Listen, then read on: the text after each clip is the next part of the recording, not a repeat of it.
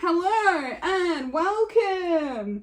My presentation today is in front of a live studio audience of 1.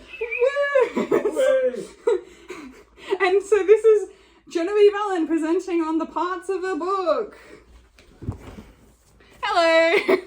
So, you may have seen one of these before. They're very important to library staff and other people that like books, but the presentation today is for people that are interested in working in libraries already do. So, library staff need to know how to find what they need from a book, to be able to catalogue it, put it through acquisitions, circulate the book, to be able to have users of their system be able to find the book online and on the shelves, and they need to be able to find the books on the shelves themselves.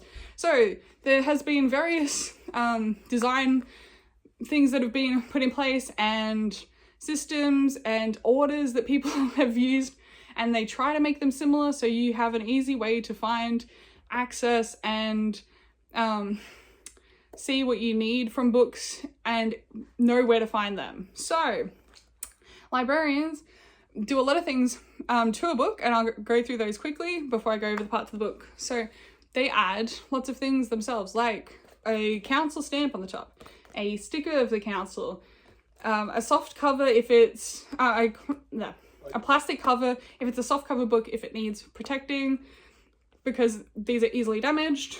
If it's a hard cover like this one, they won't. They'll just put a little bit of tape over some of the stickers and things because that's all they really think it needs, and it seems to be all right.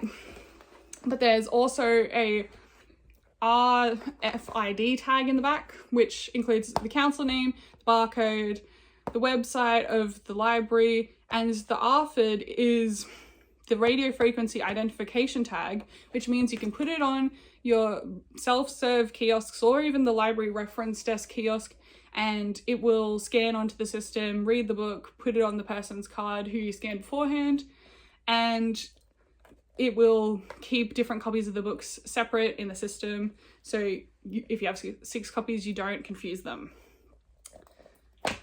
Then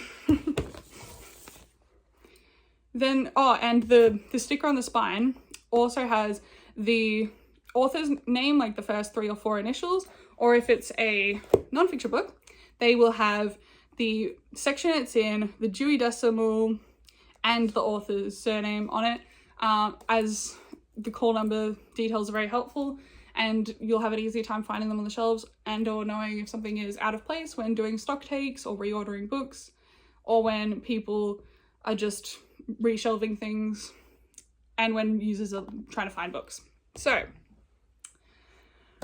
before any of that though, a library gets a book from a bookshop or something, and they'll have to know the parts of the book to be able to use it properly, to be able to find all the details they need to catalogue it, and to know where it'll need to be put away, and what other kind of books are like it series-wise or by that same author or anything else like that, like genres and things like that. So this book has a front cover, a spine, a back cover, binding of will be different between different books, but yeah, and then there's pages, of course, and then there is a page count at the back, which will include all pages with writing on it, and then there will occasionally be a couple extra pages that's to do with the binding. Yep. And so then we get into the front matter, which is where the important information for cataloguing and knowing things about the publisher and various creatives that went into creating the book reside. So we start off with a author description or a publishing house description, or both. Then we have a half title page, a copyright page, which will include who the publisher is, where they're located, their website, the copyright of this particular book, the copyright of past editions of the book, possibly details of the author's website or anything like that. Then we'll have credits for photographs, illustrations, any other sort of artwork that went into the book, even copyright for the cover creation that wasn't done by the author.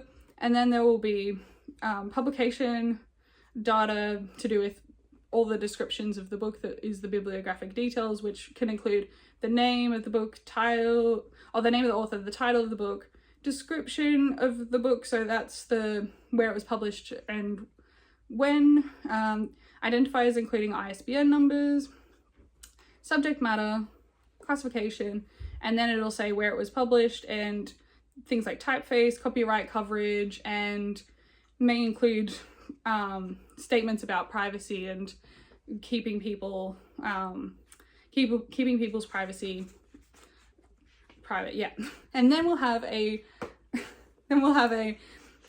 dedication page, then a contents page, which will tell you what's included in the middle of the book and what pages they're on, then a title page.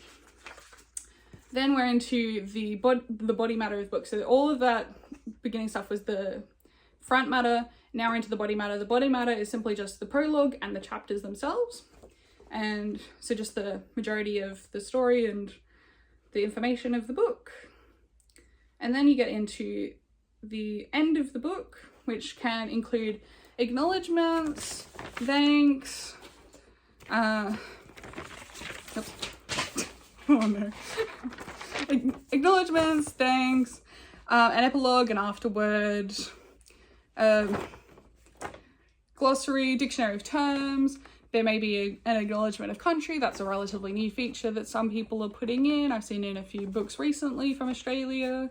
There will also be a bibliography, so you can see what other books they referenced, which authors use to show off their work and how much research they did, and so you can have further reading on the same topic and to give proper thanks to the people that came before them in the same sort of area. And there may be the author biography in the back as well, but that could be in the front. It depends. Some of these things are still moving around the book, even though various people are trying to get them to be in a set order so people can find them easier. And if it's a cookbook or some other non-fiction books, often a lot of the matter that I showed off in the front, like the copyright page and some of the thanks and things like that, will be in the back instead.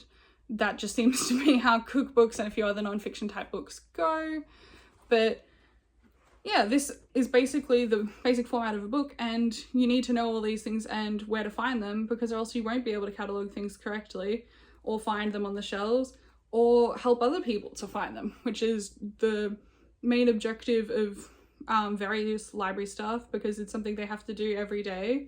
And even as libraries move on to other uses like makerspaces and classes and story times and drag story times and all these things and performances and presentations, the core of a lot of libraries is still the books, and a lot of people still go there for them. So every library staff member needs to know how to find these things and where they are and what's included in each of these sections, because or else how will they work there? How will the library keep working?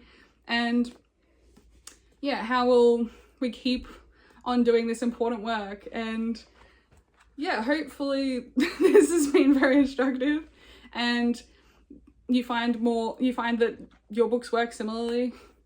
But yeah, they are still moving around some of these sections because people just haven't quite decided on everyone's format.